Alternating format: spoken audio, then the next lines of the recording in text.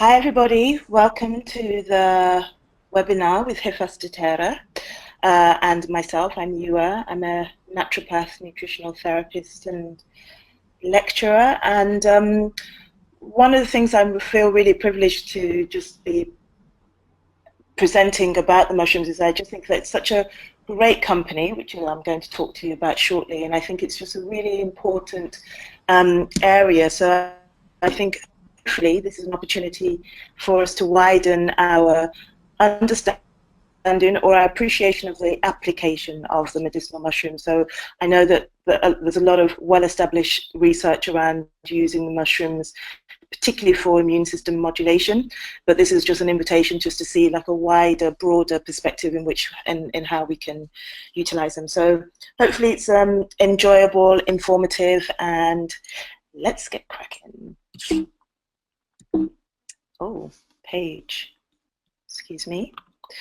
Okay, so one of the things that I find really quite fascinating about the medicinal mushrooms is that if you're looking at, if you're looking at different traditional medical systems, and particularly nature-based medical systems. So we're looking at the Eastern systems versus the West. And one of the things that I see within our field is that, yes, we appreciate nature. So from a naturopathic perspective, we believe that there's an inherent healing power with nature, and we want to harness that. So we have hydrotherapy and solar therapy, etc., etc. But in terms of looking at some of the therapeutics, we tend to limit ourselves in a way. We're not limited in a bad way, but we limit ourselves to utilizing, we've got a really big, strong evidence base of using herbal medicine, so harnessing the potential that's within the plant kingdom, and also with minerals. But when you're comparing that from a Western perspective with, say, something like the traditional Chinese medicine pharmacopoeia, they just use everything that's within the natural realm. So they'll use, yes, minerals and yes, herbal medicine, but also the aspects of the animal kingdom, as we do also. And then also I think the unique thing is that there's a really long tradition, well-established use of the medicinal mushrooms. So they come from the kingdom fungi, or fungi for some of you.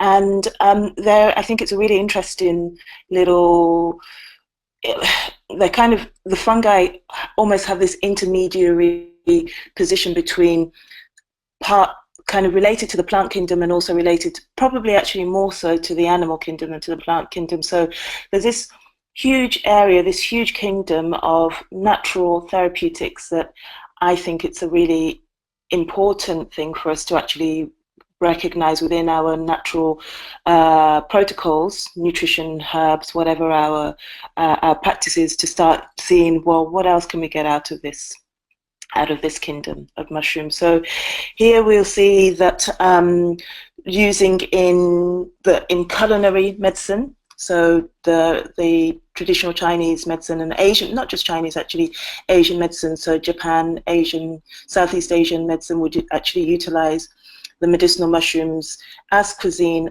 as well as in medicinal tonics. We have a little bit of a history in Europe around using wild mushrooms, so a good culinary tradition of using wild mushrooms. And then just generally in terms of using the mushrooms medicinally, we are amongst the last, so English-speaking nations are generally considered to be amongst the last nations that have really started to tap into what the potential of the mushrooms are. So I feel really quite impassioned to be discovering more of their applications. So when we talk about mushrooms generally, or I just spoke about mushrooms generally, but just now specifically about Hifas Terra mushrooms, I think what's quite remarkable about this company, so we know with every single field of life, but certainly in this realm of natural therapeutics, there just really is quite a huge quality distinction from one product to another. So many people, kind of jump on the bandwagon or pay lip service to a particular therapeutic agent, but there's no consideration of the quantity that's needed to have a therapeutic effect. There's not necessarily any consideration of the extraction method or growth method. And what I love about Hifas Terra is there's literally every single step of the way, there's attention to detail. So the company is based out of the west coast of Spain. Galicia is the region. It's a family business. The land that the mushrooms are cultivated on are owned by Hifas de Terra.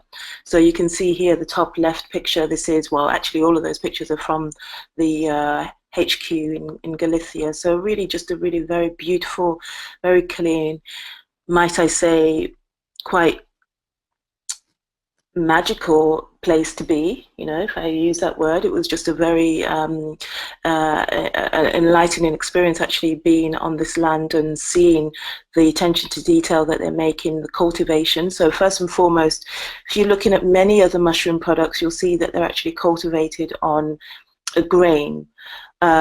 So some would use any regular, maybe a gluten-containing grain. There's others that use brown rice, so they're actually moving a step better and actually using something that would be more considered to be gluten-free and hypoallergenic. But I'd argue that if you're looking at mushrooms, how they're grown in the wild, they're not growing on grain, they're growing on wood. And what's lovely to see when I visited the HQ is that the headquarters in Galicia, is that you see that actually the cultivation is actually occurring on the sawdust, which is what you're seeing in the bags on the top right hand corner. So these are the mushrooms growing on the sawdust, and then as they continue to grow, some of the mushrooms on the bottom left, you can see that they're transplanted into the actual wood. So you've got you've basically got them growing in controlled environment, a well-regulated environment, but actually their natural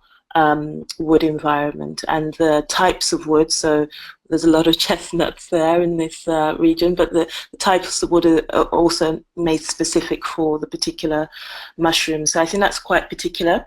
When you're looking at the middle picture, so on the bottom of the bottom middle picture, you can start seeing some of the manufacturing facilities that are again right on site. So literally from inception, all the different steps of cultivation are occurring on site. So there's a lot of quality control, and there's a lot of accountability. Basically, it's full accountability in terms of what's happening there with the products. Another thing that I really like about this company, or that I love about this company, is that for a pretty small company, so a small size company, is that there's a significant number of researchers actually working for the company. So, you know, I don't know what percentage, more than 10% certainly, maybe 10-15% of the company are doctorate researchers. And you can see in the middle top picture that this is the in-house doctor that's actually working with the company, that's there actually to sort of equate all of the things that we've been or all of the research findings with medicine, with the medicinal mushrooms, into clinical medicinal practice. And so, you know, what you're getting with this company, we're going to talk about the mushrooms, and I won't consistently keep saying Hifas de Terra, but that is what I'm talking about, because I think what we need to be making sure of is, if we're in practice, that we're knowing and understanding and utilizing high potency, pure, very effective products in order for our clients to actually make the amends and the healing that we know that the mushrooms have the potential to have. And I think, again, all of these steps and processes and these unique aspects of this company are conveyed a little bit in the price. So when you're looking at the price and when you're comparing different brands, and this is what's going into making the prices what they are. The bottom right hand picture, we can see some of the top of the range machinery that they have, some of the manufacturing machinery, and I think really important attention to detail, just even things like the capsule, the type of capsule that they have, the type of sealant that they've used for the capsule is made all out of vegetable dyes. So there's just so many really very particular special things that, for me, this is my company of choice. So there we go. So looking at, as I mentioned before, so with Hifas Terra, you find that the mushrooms are actually grown on, as I mentioned before, rather than grain based, they're actually grown on wood, as they would be found in nature. And here, this is the main, this is the class. So the fungi is a kingdom, and this is the main family of the main family within which we find most of our medicinal mushrooms. And so these are the different stages that they go through the life cycle. And we can see in terms of what's considered to be therapeutic, we're typically looking at the mycelium stage, and also for some mushrooms, the fruiting body, and particularly if we're using mushrooms from a culinary perspective, it's at this level here that we're actually recognizing them as mushrooms. But in the mycelium phase, also in the hyphae phase, then they have very particular and potent bioactive compounds. So these are harnessed into the final products also. Okay, so the topic of this webinar, really three things, all related, all around the theme of energy. So talk about energy, and so it was about, you know, how to improve your energy, relieve stress, and sleep. So those three things we're going to speak about in succession. So starting off with energy, the biochemical, biological, scientific definition of energy is the capacity to do work. So this is all the work, all the biochemical reactions that are occurring within the body, our physical ability to do work, our cognitive ability to do work. So all of these are what we're requiring energy from. And it's interesting, for me anyway, I find it really interesting because it's just an incredibly common phenomena that you're finding, that I encounter people, young people, you know, 30s, 40s even, and maybe even late 20s, that are complaining of lack of energy. And I always find it quite particular that why should it be? Your body is designed to be able to break down the nutrients that we're getting from food and to harness energy from all aspects of our natural environment. So I find it really fascinating, this kind of epidemic that we're in, or this crisis, this energy crisis that we're in, where there seems to be a really significant mismatch between our ability to produce sufficient energy and the demand in terms of what our body is requiring, what our lifestyles are demanding of us. And so there's a really significant mismatch that's there, that we're noticing it really quite young and very, very commonly. So I think there's a number of things that we can do to support energy production and energy requirements. So clearly some of them, well, many of them would be lifestyle based, nutrition based, and we'll get to look at which of the mushrooms that we can incorporate into those protocols, those programs. Tired all the time. So as I just mentioned, so a significant percentage of the population, Western population, certainly in the UK population, are so fatigued that it has a detrimental effect on their overall quality of life. So whether you have children, family commitments, your ability to actually do work at work, cognitive function, so memory, concentration, all of these things, if you consistently feeling fatigued, then, you know, like your brain, the organ, 2% of your body weight, that's requiring about 25%, most estimates give, around 25% of your energy. So you'll notice if we're not actually able to produce sufficient energy to function, we'll notice it cognitively and perhaps also emotionally as well. So when we're looking at energy, I think I'd invite you again just to look at it from a broader, perhaps more holistic perspective, where we're recognizing, yes, physical energy, but also mental, emotional energy. All of these kind of feed into each other. And I'm sure you've had the experience or the example of when you're feeling particularly tired and you know that emotionally you're more likely to snap, or to be less patient, or to be more reactive to either your colleagues or people in your home environment. So I think it's something that's really quite impactful to the individual, but also within whatever social circle that you find yourself in, having a lack of energy. And here, the third point, fatigue and lack of energy, are often the first symptoms mentioned by clients, and they are, so we know when we're not feeling right on par. And true to the naturopathic way, successful treatment of symptoms of fatigue always starts with identifying the underlying cause. That's what our focus is. So it's to find out what is the cause. So it's not to say, oh, tired, take this mushroom, tired, take this mineral, tired, take this. We want to find out what the cause is.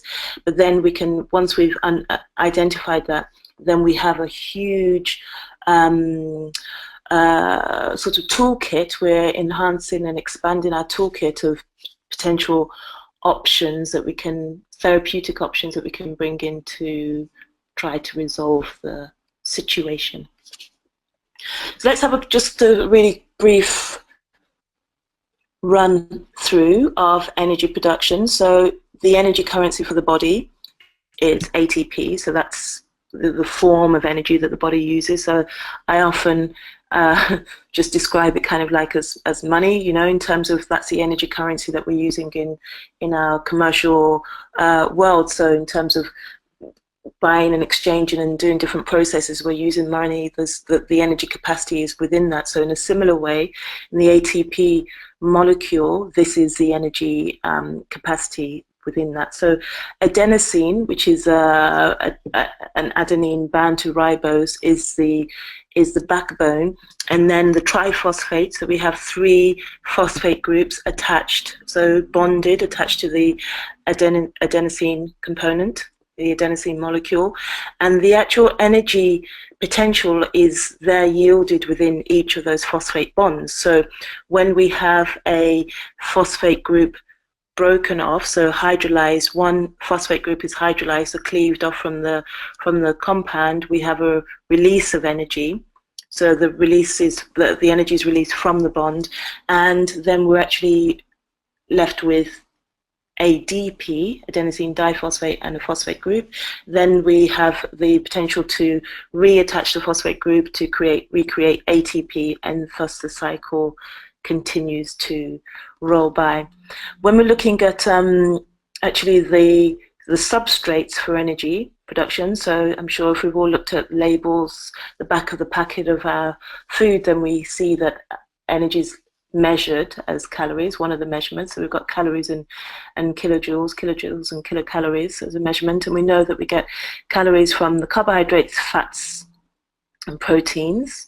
So carbohydrates broken down into monosaccharides, so sugars such as glucose, fatty acids, so triglycerides broken down into the individual fatty acids, and proteins broken down into amino acids, and all feeding into the main energy production cycle, which we're going to see on the next page.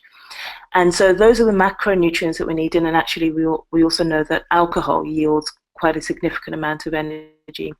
And this, at the same time, we know that to actually facilitate the processing of the energy combustion, we need these micronutrients. So these micronutrients are really, really key to energy production. So if we look on this page here, as you can see, so this is within the cell, so the particular organelle within the cell is a mitochondria. So this is the mitochondria, inner membrane, outer membrane, and we have the carbohydrate, fatty acids, amino acids, so the breakdown of the proteins feeding into at different places before they enter the main energy cycle, the Krebs cycle, citric acid cycle. And so in terms of looking at our micronutrients, we have a requirement or a necessity for the B vitamins. So here we have B5 feeding into this phase over here. We also need B vitamins, particularly B2 and B3 in the form of FAD and NAD. They're coenzyme forms to actually facilitate the transformation of each of these enzymatic stages. And then we yield a little bit of ATP from the Krebs cycle, but the vast majority of ATP is actually obtained through the oxidative phosphorylation, or otherwise known as electron transport chain, where we have electrons moving from, sorry, excuse me, not to the CoQ10, electrons moving from these different stages, and we have the highest yield of ATP energy from this. So in terms of micronutrients here, we also need, so you've got CoQ10, which is an endogenously synthesized compound, but we know that we can also receive that as a nutrient from foods, meats, whole grains, etc.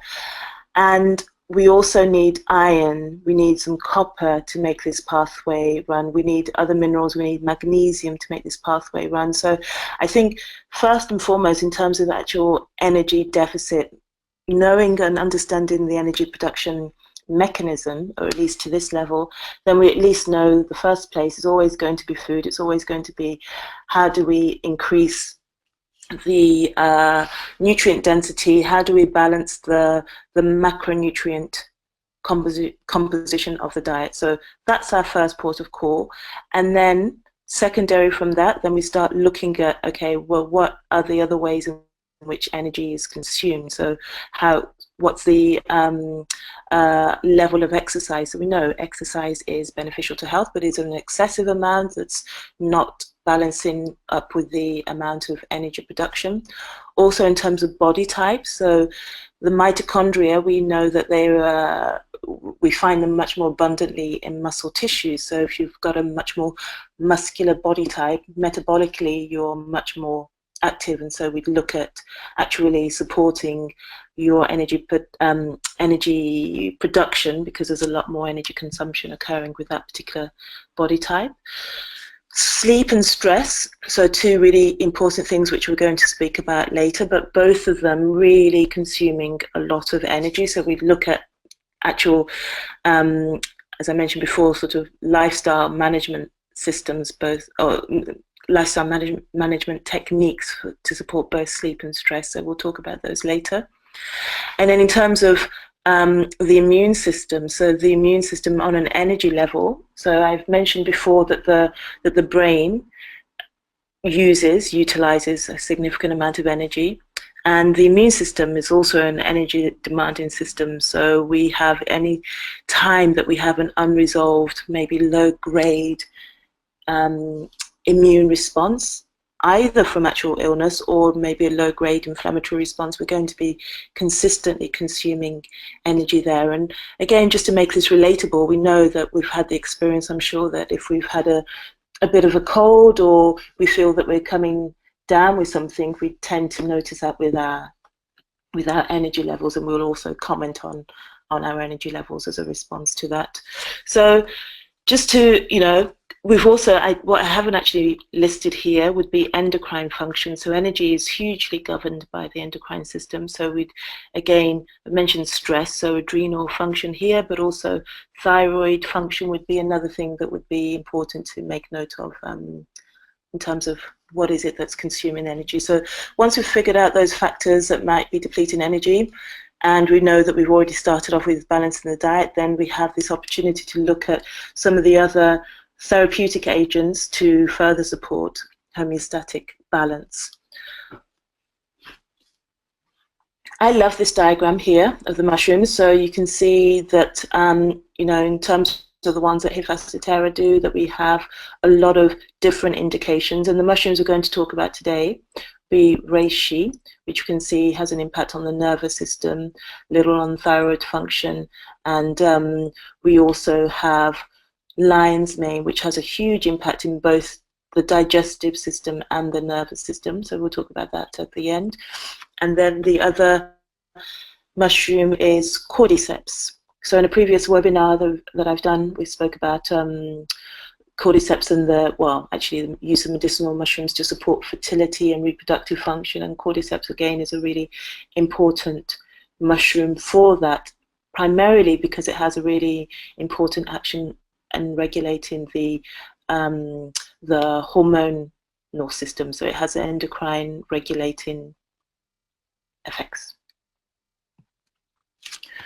So speaking about cordyceps, so the first one, in terms of if we're looking at, okay, so we've looked at the mechanisms of how we produce energy, but still somebody's feeling fatigued. We've balanced the diet, and we've looked at macronutrient composition, increase in micronutrient density. And I think where cordyceps can really, really fit in, so it's really been very well researched and acknowledged that it has quite an important role in terms of supporting and reducing fatigue, physical and mental tiredness. And one of the things that I think is quite interesting in terms of the West's relative, maybe 3 decades of interest in medicinal mushrooms, cordyceps were one of those mushrooms, because actually during the Olympics or athletic tournaments within the 1980s, there were a number of Chinese athletes that were doing exceptionally well, and when under investigation or interview, what was it that was making them such outstanding athletes, then cordyceps was one of the therapeutics that came into the picture as being something that actually really supported their stamina, their endurance, and also their recovery time. So it's really quite a good reputation in traditional medicine pharmacopoeia. So as it mentions here, so to improve athletic ability, postpone fatigue, and as a well-researched natural therapeutic, it has very minimal side effects. So in terms of looking how can we incorporate this into our day-to-day fatigue, so in terms of some of the mechanisms that's been postulated as to how does it have its ability to alleviate fatigue. So as it mentions here, so a possible mechanism was that it helps to reduce accumulation of blood lactic acid and also protect muscle tissue. So that's a significant impact in terms of, again, athletic or exercise capacity. And one of the things I'd really just want to point out here, so it's not about just looking at athletes, but if we're talking about fatigue and we're talking about a holistic approach to actually managing fatigue, then exercise certainly has to come into that. And one of the things that I hear time and time again, and I've seen with clients, what's difficult for them is that I hear people often get into this mental process of, like, I know I should exercise, I should do this, and I know that it's good for me, but I'm just too tired. I don't have the energy to exercise. And it's one thing kind of trying to change that mental dialogue and getting people to recognize that actually we invest energy, but we get much more energy back from when we exercise. But I think it's another thing actually having a therapeutic agent that literally can support them in terms of being able to increase their exercise capacity. So let's not just think about this just in terms of somebody that's already fit and is just training for something. Let's have it as a broader thing, because exercise and movement is a necessary component of every single human being's healthy lifestyle. So excuse me. Excuse me. So this research suggests that cultivated fruit bodies of cordyceps, so it's actually a slightly different species of cordyceps than what we use with Hifas. So Hifas uses here the Cordyceps sinensis, but so cordyceps is a number of different species. But in terms of looking at the actual scientific literature, this is what one of the species that's been studied in terms of this anti-fatigue capacity. So have potential as a new functional food for anti-fatigue. We have here a couple of examples again in terms of sport and activity. So healthy young volunteers during exhaustive running may significantly augment the energy generation and anti-fatigue ability as compared to placebo controls.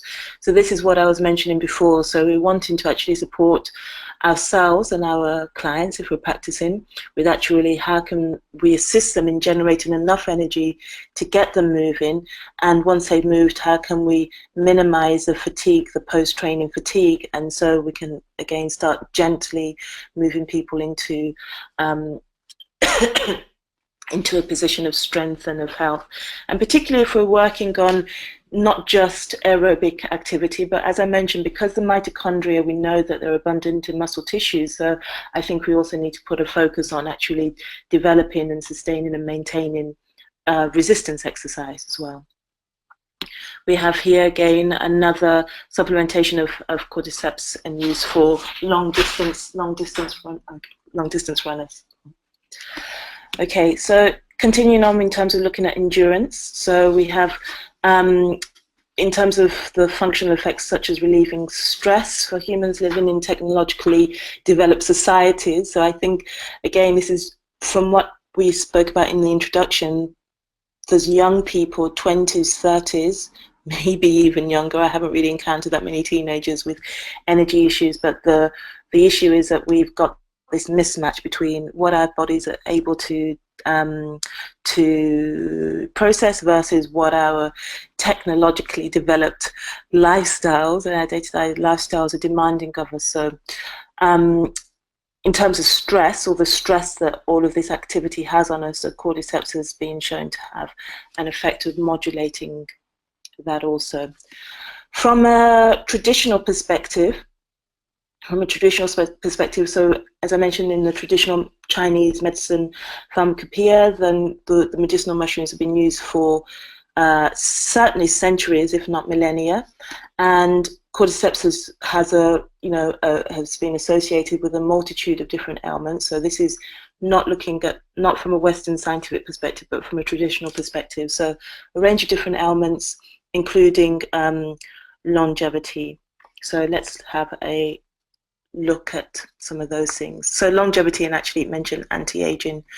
So we have this study here that's shown that over-exercise and stress, so in terms of looking at oxidative stress, over-exercise and stress, we know, so just mental, emotional, physiological stress, and over-exercise being one of the physiological stressors, if we do it too much, can increase the amount of reactive oxygen species within the body. And reactive oxygen species, we can call them generically, I guess. We can talk about free radicals and how that these react in the body by tending to promote tissue damage, cellular damage, and then that accumulates into tissue damage. So what this study showed here was that actually levels of the endogenous antioxidants, so superoxide dismutase, glutathione peroxidase, and catalase enzyme systems were actually, it's an animal study by the way, but were actually significantly higher in the cordyceps group versus the placebo control group. So suggesting that cordyceps was able to upregulate these antioxidant enzyme systems. So just to mention here again, so we have a really long history of traditional medicine use, and in terms of looking at the actual scientific research, and particularly, as I mentioned, within the West, we've been kind of a little bit slow on the uptake in terms of, getting behind studies for the use of a range of different mushrooms. So many of the research that you're seeing is coming out of Asia, and also there's both animal studies as well as, some human and clinical studies with that. So just to clarify that. So we can't fully extrapolate all of this information and go like, yeah, this definitely has the same effect in the human body. But I think it's quite interesting and quite fascinating to see that there's, just to see that there's a potential mechanism that's being elucidated here. So in terms of the chemical constituents, we have cordycepin, which is the main constituent here. So the polysaccharides account for the anti-inflammatory. So these are the things that we know for its use traditionally. Anti-inflammatory, antioxidant, which I mentioned before, and immunomodulatory, so anti-metastatic immunomodulatory effects. We also know that there's a steroidogenic activity, which is what I mentioned in terms of its use for reproductive system function, fertility, increasing libido as well. So that's so it has a sort of a supportive and modulating effect on testosterone levels, which again, that in and of itself is actually a component of cordyceps that can actually increase, yes, I'd say physical and mental and certainly sexual energy as well. So here are the products from Hifas Terra. So in terms of the therapeutic range, we've got a number of, Hifas have a number of products. So we've got the Onco range, where, yeah, so that's obviously the particular integrative oncology range of products. And then the most therapeutic products we have would be the myco range, so the myco cord. We have here 4-to-1 extract made from Cordyceps sinensis, highly concentrated. So again, if you're looking at purchasing the product or you're comparing different mushrooms, I would just say make sure that you're actually comparing the potency. So beyond just comparing prices, as people do, compare the potency, compare the growth and also the extraction method there. So we have as it's shown you here, we've got the measurement of actually how many of the alpha and what we probably most recognize in terms of looking at the mushrooms of beta glucans that's there in the product.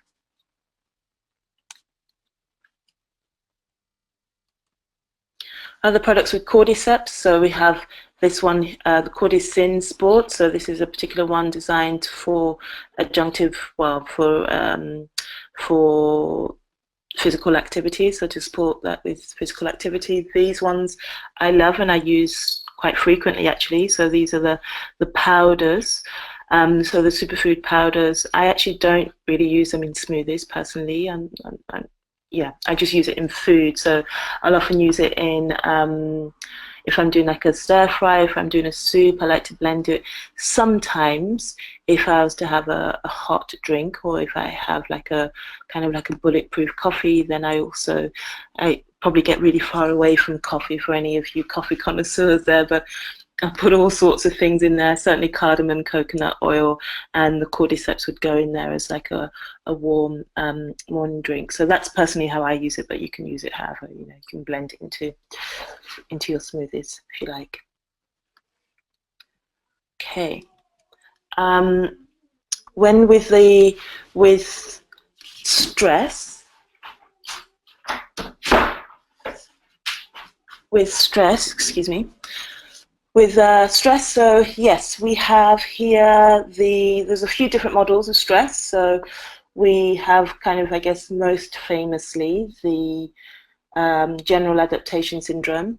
So Hans Sell was the one that kind of coined the term stress, and actually, I think in terms of the method that, or the model of stress, and this is one that we still look to today, even though the term was coined, several decades back, and I think we look to it today just because it has this a really interesting way of actually looking at stress from a physiological perspective. So stress, I think, can be perceived in a number of different ways. So there are models of stress that actually recognize the number of negative incidences that occur in one's life. So we have models where we're looking at things like this, the social readjustment rating scale. So that was a hypothesis that was developed that rates like how many negative incidents have happened in your life. So, was there a recent death, was there a move, separation, divorce?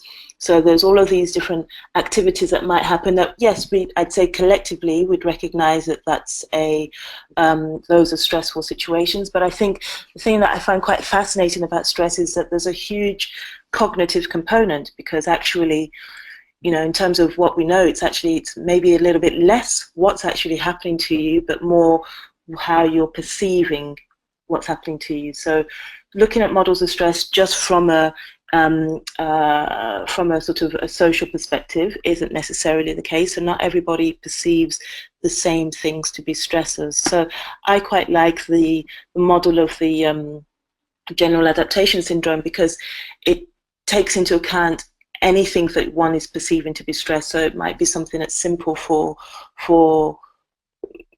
one person, but it's quite impactful for another. But regardless of that, we'll still be looking at these three main stages. And the alarm stage, when we perceive a threat, whatever, whether somebody else perceives it or not, when we particularly perceive a threat, this is when we're in the fight and flight mode. So this is the emergency zone, and this is our part of our defensive survival mode. And actually, it's highly adaptive functioning. It would be a problem if we perceived a stress and we didn't actually go into alarm. So we didn't have the fluctuations in hormones, or neuroendocrine fluctuations or adaptations. So adrenaline, increasing adrenal gland function, cortisol being released, and then all of the sympathetic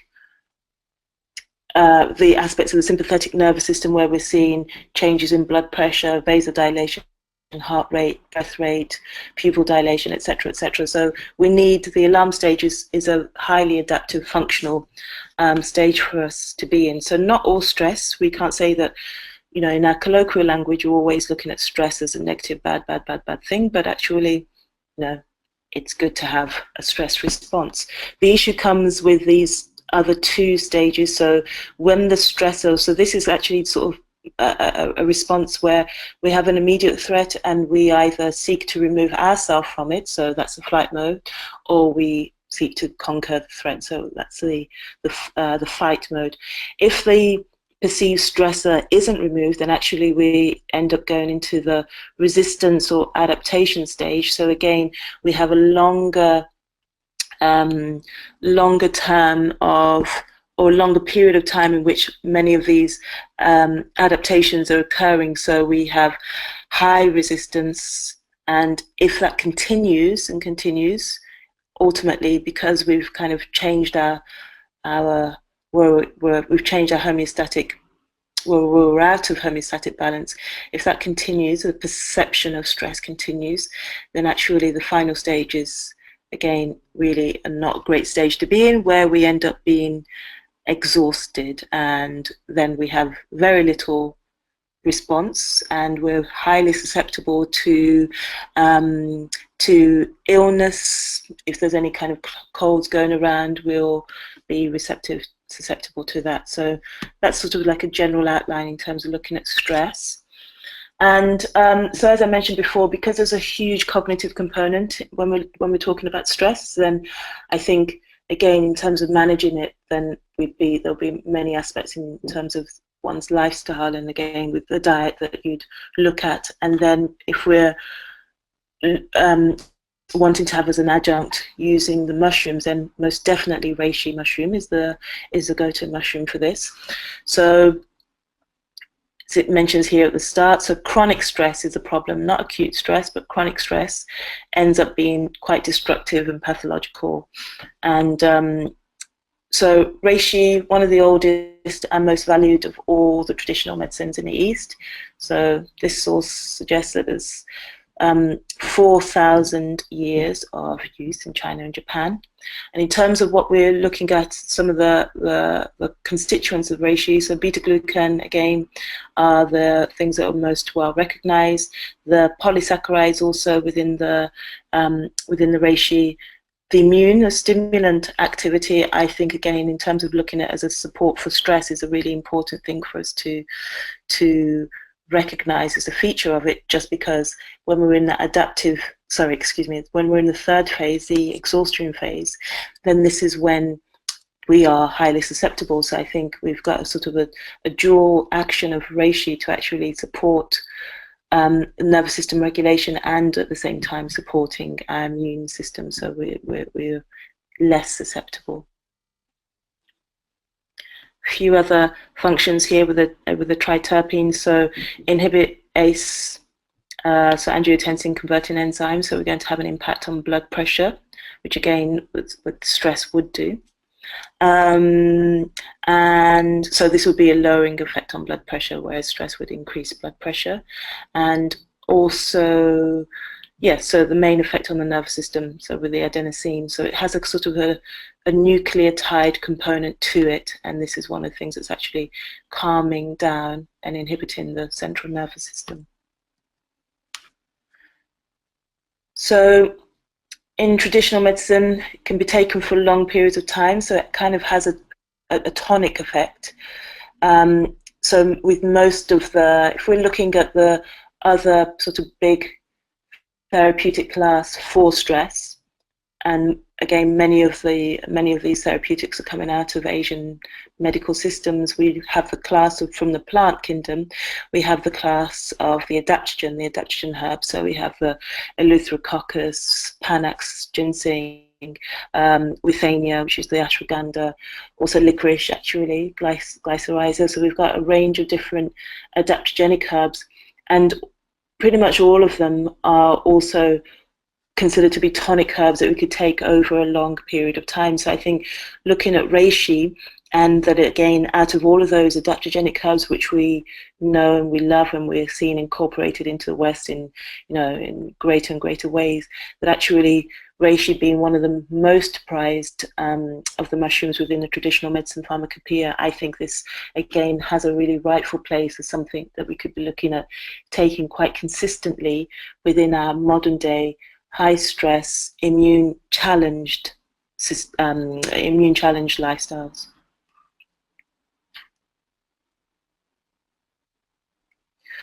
Okay, so we have actions for reishi, Ganoderma.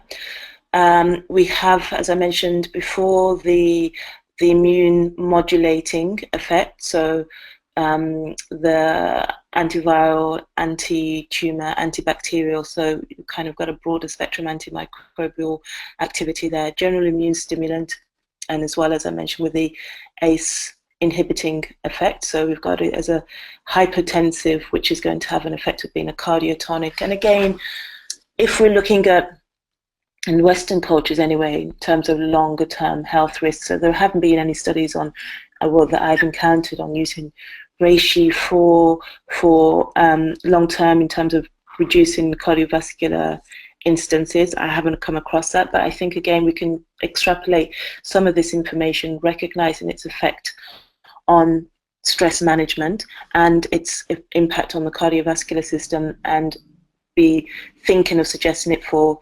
well, I'm thinking of men, but it's for all people, but in terms of looking at who has in the population higher rates of blood pressure, higher rates of cardiovascular disease, and particularly coronary disease, and it would be middle age or 40s plus men. So we'd be looking at actually modulating their stress response with a consistent use of reishi of Ganoderma. So more about its immune modulating effects here, and the hypertension. Okay, and we'll come to this component here in terms of insomnia in the last section. Okay, so there's some interesting, I think, again, some, a little bit of interesting research in terms of looking at other features of, so this is a 2015 animal study. So it's really quite new, and potential anti-diabetic effect of Ganoderma. So again, it's not about looking at it, so can we use it for diabetes or not? I think for me, what I find quite interesting about this is that we know that when we have the chronic stress, one of the effects of cortisol being a glucocorticoid is that again, it's designed to assist with blood sugar homeostasis, but if we're in that resistance stage for such a long time, what we tend to find is blood sugar dysregulation. So I think our main choice of using reishi is because it's has a long tradition of being used for stress management and stress adaptation, and a secondary effect is going to be because of the immune modulating aspect of it. But potentially here, so we'll see what other studies come up, but potentially here we've got a third line of function where we've got a little bit of blood sugar regulation here. So Ganoderma lucidum polysaccharides have been reported to have hyperglycemic activity by increasing plasma insulin levels and decreasing plasma sugar levels. Shown to have an inhibitory activity on aldose reductase and alpha glucosidase that can suppress postprandial hyperglycemia. So again, yes, it's animal research. Yes, it's, again, this was just a year and a half or so ago, or just over 2 years ago, actually. So we can't fully extrapolate it, but I think it's an interesting one that we could maybe be if we're measuring what the effects are over a longer period of time. Another study here in terms of looking at the triterpenoids. So we saw that it was the polysaccharides and the triterpenoids here. So triterpenoids have been reported to possess hepatoprotective, antihypertensive, so we've seen that again, and hypercholesterolemic effects.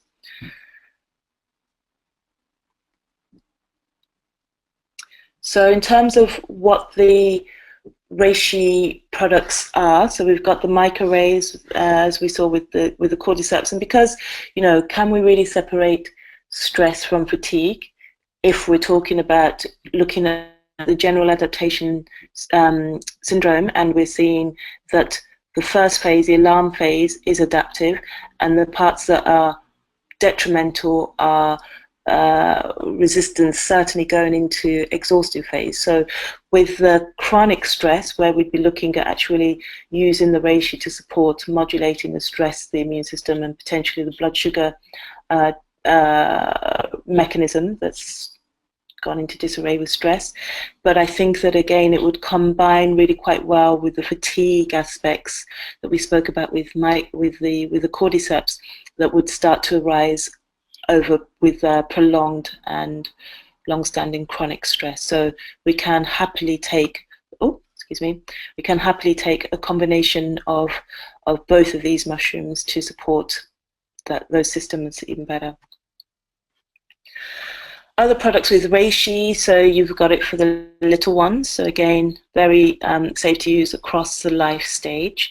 So Dr. Ray for children, the micro ray, which we've just seen in the carton there, the superfood that we spoke about before, and then the smaller version of that. So this is like the one that I said with the cordyceps that I actually use again in drinks and, you know, things that I tend to use it in terms of things that I'm preparing food with. And then the Ganoderma 180. So this is the most therapeutic of the range. No, actually, they're all therapeutic, of course, but this is clinically, if you're wanting to have the best value for money for the most potent extraction, you'd be looking at the micro ray, and if not, then you'd be going to the 180 range. Okay, so last couple of slides now. So we just have a quick mention about sleep, and I just again find this a crazy fascinating subject. So over the last year and a half, I've been doing quite a number of workshops on sleep, and when I do the research on it, I find it really fascinating that, again, it's really only the last couple of decades that there's been more of an explosion on research around sleep. So if you're looking at sleep throughout the ages, there was a point in medieval times where sleep was revered, and it was known to be really quite important, and there were poets that were writing poetically about nighttime and about sleep and what's happening there. We find then, moving forward, that with the advent of the invention of the light bulb, that we as a population kind of got into being more productive, and having the attitude that actually sleep was just something that was really quite irritating, that got in the way of what we needed to do. So I hear terms like "let's sleep when we're dead," although I've never really quite understood that term. Apparently there's a song about it as well. So there's that kind of, you know, money never sleeps, let's sleep when we're dead, let's keep on going. But I think what's really very fascinating from the research that we look at is actually, you know, if we question the fact that if we live to a ripe old age of 90 plus, early 90s, then actually 30 plus years of that time would have been spent sleeping. So as this comment is making here, if sleep does not serve an absolutely vital function, then it is the biggest mistake the evolutionary process has ever made. What on earth are we doing for 30 years of our existence if it's not something that's vitally important? So we know that there's a researcher, Russell Foster, that actually states that he's a neuroscientist, I believe, states that sleep is the most important behavioral action that we have in our lives.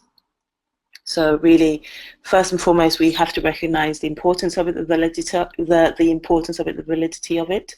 And in terms of the stages of sleep, what's happening, we have the REM stage, but first, okay, we have sleep is divided. If you're looking at sleep architecture, or you're researching things about sleep architecture, the architecture is like kind of the design and the different stages and the different phases of sleep. So we have 4 stages of non-REM sleep. So stage 1 and 2, light sleep. And those are, over in, well, stage 1 we pass through, particularly the first cycle we pass through within a couple of minutes. Stage 2 we're there for around about 20-ish minutes. And then we go into the deeper stages of sleep, 3 and 4, slow wave sleep.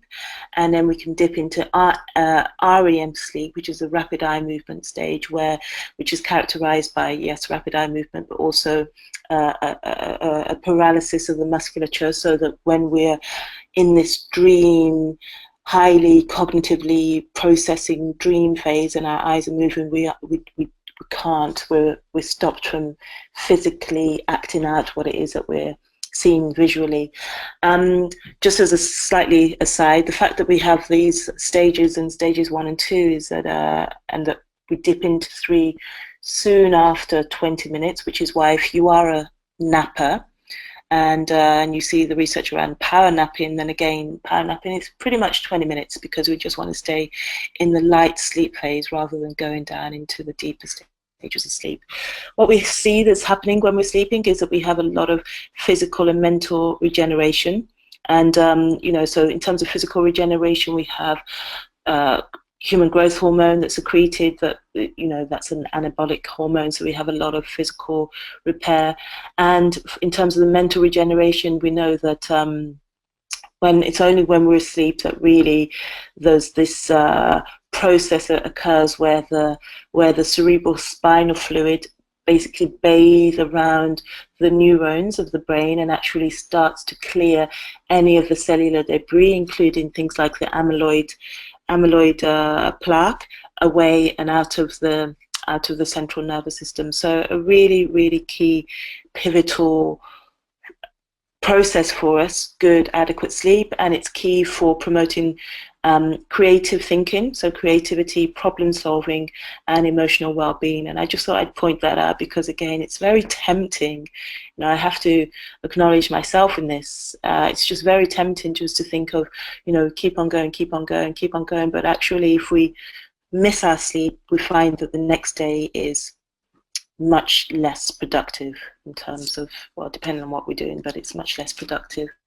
And here you have a number of things in terms of looking at the negative impact of improper sleep disruption, and then again we're associating it back to stress, because sleep disruption is most definitely a physiological stress and will also lead into perceived psychological stress. And in fact, we know that it has been used as a form of torture. So it's a really very, very significant thing for us. So with sleep, again, our immune system function, with sleep disruption, our immune system function diminishes quite significantly. We also have a tendency to go into a metabolic derangement. So in terms of blood glucose to insulin levels, they come out of alignment. Emotional stability, as I mentioned on the previous slide, there's actually a huge amount of association between sleep, insomnia, and anxiety, and also increasing research with the research has always been there in terms of depression, but I think what's interesting is that we're seeing actually not only are they behaviorally associated, but physically there's an association with a particular location that's associated with sleep that's also the same physical location in the brain that's associated with depression. So blood pressure, again, as we mentioned, we spoke about in terms of looking at reishi, blood pressure naturally decreases with sleep and starts to rise probably around sort of 5, 6 in the morning, so early in the morning. And so if we're sleep deprived, then again, we don't have this opportunity for blood pressure to rise. So we've got this increasing sort of demand on increasing load on the cardiovascular system.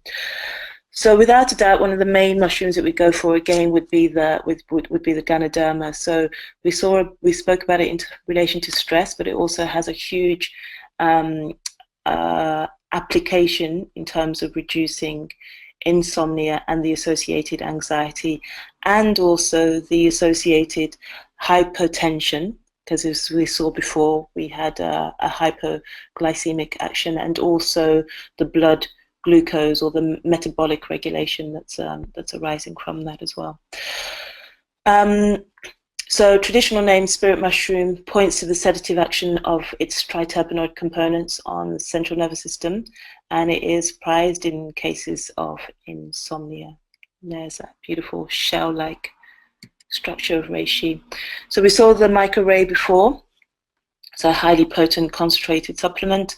So hypertension and heart health. So again, we really can't separate. But I think it's always important for us as practitioners, particularly, to have the ability to zoom in on what the actual indicating, the primary indication is that a client would come to us for, or anybody presents with. But we have to, as holistic practitioners, zoom out. Zoom out and see the overall picture. And so within the overall picture of sleep disruption, we'd be looking at the impact on the immune system, the impact on the emotional body, and the impact on the cardiovascular system. And so reishi would be covering all of those bases. Another mushroom just to introduce you to is lion's mane. So hericum, as I mentioned before, so hericum really stands out in two body systems, both in the central nervous system and in the digestive system, and it's known to be a regenerative mushroom for both of these systems. So here it's known to regenerate, regenerate and mainly protect neurons, and so we've got neuronal levels conveys. Its regenerative and protective action at the neuronal level conveys improved management of anxiety and stress. And we can see that laboratory experiments observe that excess cortisol due to repeated and continuous stress damages neural connections and reduces the number of synapses. So again, prolonged stress having the impact, a negative impact on the nervous system. So lion's mane has the ability to increase nerve growth factor, and this is what is considered to have this protective and regenerative effect on the nervous system. And the combination between reishi and lion's mane have shown to have a synergistically better effect in terms of relating the wider impact of insomnia, stress, anxiety on various different body systems, including, actually, I haven't really mentioned this before, but certainly the gastrointestinal system, having an enteric nervous system closely associated with or in close communication with the central nervous system, it's probably one of the first places that we notice that starts to come out of good function or go into disarray or dysfunction in cases of stress. So the addition of lion's mane into this would actually be something that would be quite supportive for the digestive system also. In terms of mood, so you have a study here, beneficial effects of depression and anxiety. So we have menopausal women, so shown to actually improve sleep quality and reduce depressive symptomology. So the mean standard scores at the end of the test were lower for the hericum group than the placebo group, suggesting that orally consumed hericum has a potential to reduce depression and anxiety in women.